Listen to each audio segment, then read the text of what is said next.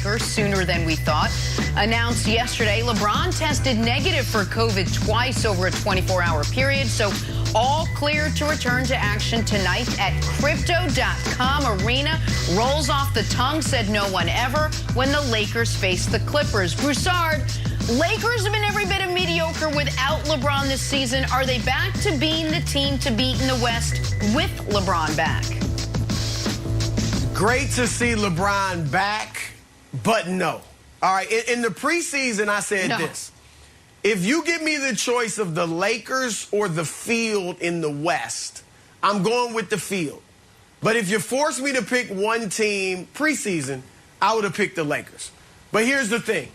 The field has blossomed into a wonderful rose garden with two beautiful flowers. I don't know if that's the right way to say it, but I think you know what I mean. And those two beautiful flowers are perfect. Right? The Golden State Warriors and the Phoenix Suns. I mean, those two teams are legit. All right, Phoenix, balanced. They got size. They got athleticism. They got a great floor general. They're well coached. They're athletic. Like everything. They got a score in Booker. And then Golden State, as great as they're already playing, they're getting back Klay Thompson and James Wiseman. So those two teams are the best in the West. I will say this about the Lakers, though.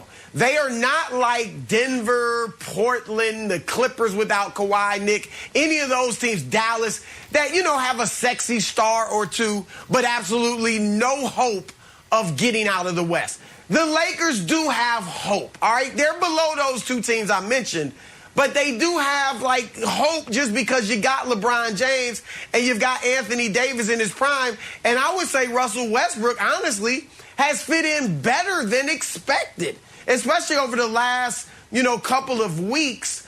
And their problem is defense, Nick. And I don't know how fixable that is because they're old and they're slow and they have trouble staying in front of guys.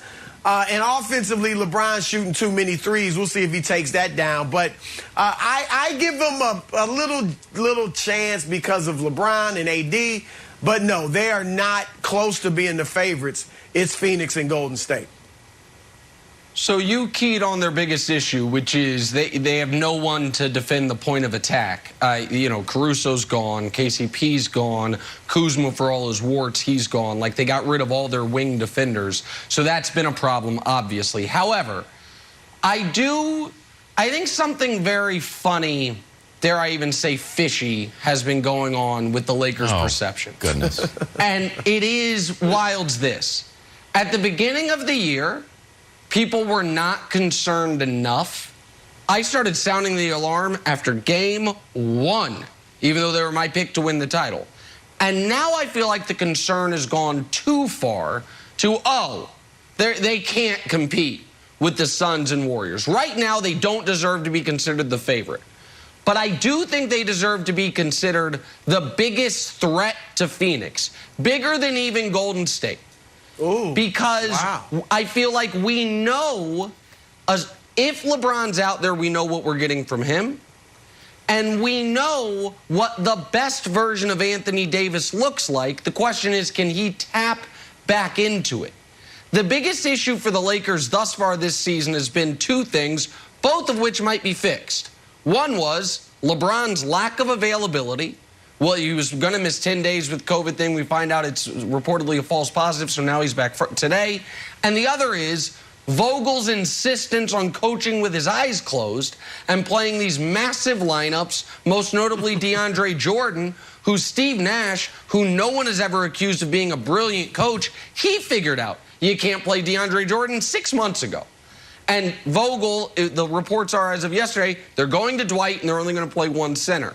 That will fix a lot and give the Lakers time to figure out what their other best lineups are with DJ on the bench. I still think if we got a Warriors-Lakers matchup in round 2, I like the Lakers. I do not think the Warriors have an answer for Anthony Davis, and I do not think the Warriors have an answer for LeBron James. And while Russ has his warts, obviously, he's exhausting to deal with. And so now, can I sit here with a straight face and say right now I think the Lakers are better than the Suns? I cannot. but we are seeing the best of the Suns right now, and we have seen the worst of the Lakers. So I feel like right now you'd be kind of judging them through warped glasses. So are they the team to beat? No, that should be Phoenix. Do I think they present a bigger problem for Phoenix than Golden State? Yes, I do. Okay, so here's my question, and I'll ask Broussard. When you talk about the Warriors and the Suns, and then we're like, oh, maybe the Lakers should be in the mix. Which one of these categories that I'm going to rattle off would you say, you know what? Advantage Lakers.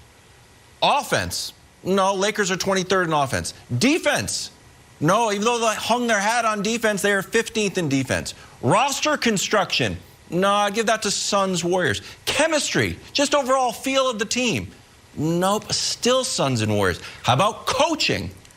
Vogel, Monty Williams, Steve Kerr. No. How about just general vibe of the team? How about just like momentum and sort of attitude?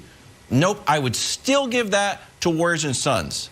So I'm out here trying to find a reason, and Nick, you laid it out fine, but when you look at the big categories of what makes a championship team, I can't give a check mark next to the Lakers on any of them. Broussard, do you see something that I am missing? Because I just see that Warriors and the Suns are better at the Lakers at everything. I see something gigantic that you are missing, and as Nick said, if the Lakers are at their best, and you know what it is?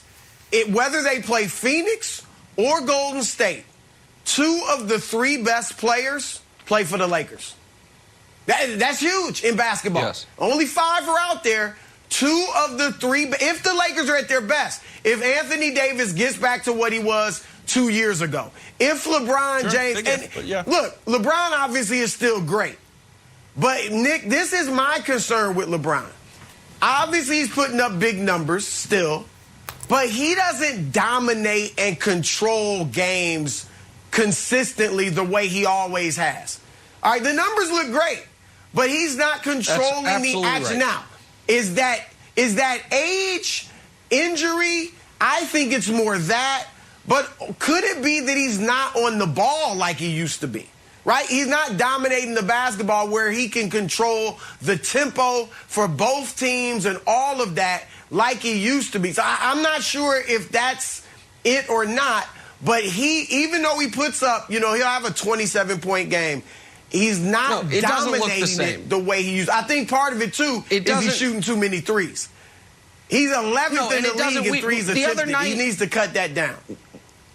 The other night when we were talking about the Bucks game, I think it was Bucks-Nets. I don't quite remember what it was, but I said there was no point where I was worried the Bucks were going to lose because it just felt like, no, Giannis is not going to let his team lose that game. Yep. That's the mode LeBron had been in for a decade at his best. He hasn't looked like that. And by the way, he didn't look like the post-injury last year. He never looked like that again. The reason I have a faith and a belief he still has that gear is because he looked like that the entire championship run. And while that was 2 seasons ago, it was 13 months ago. Or 14 months ago. It was not so long ago that I think he can't still get there. And what I do know is this. If the Lakers play the Warriors in a series, it's not just that the Warriors have no answer for Anthony Davis's size, but I do think LeBron has a psychological edge over Golden State without Kevin Durant. And if the Lakers play the Suns in a series, I do know that last teams, I get that, they played in a series, and until AD got hurt, the Lakers were up 2-1. The Lakers were up 2-1 and looked to be in control of the series. And then AD got hurt, and the thing goes sideways. Like that, and the Suns ended up mopping them up the final 3 games of the series. So again, the Lakers have a lot of work to do, but I think people were a little too high on them after the first week of the season and way too low on them right now. Because the other thing is, Broussard, there's only 3 teams in the West really ahead of them in the standings. It's Golden State, Phoenix, obviously, and Utah. Everyone else is around the same record. Well, 2 things quickly, Nick. One, the Suns are much better than last year. And I know they were great last year. They're much better. Okay, that's number 1. So that's not going to be the team that the Lakers faced last year in the first round. And 2, I don't see how in the world you say that LeBron has a psychological edge over Golden State. How? I get it, KD's not there, but they did beat LeBron without KD in 2015. So I don't buy into this psychological edge that LeBron has over the Warriors at all. I'm not saying they have a psychological edge over him, but it doesn't go the other way either. All right, Lakers play tonight.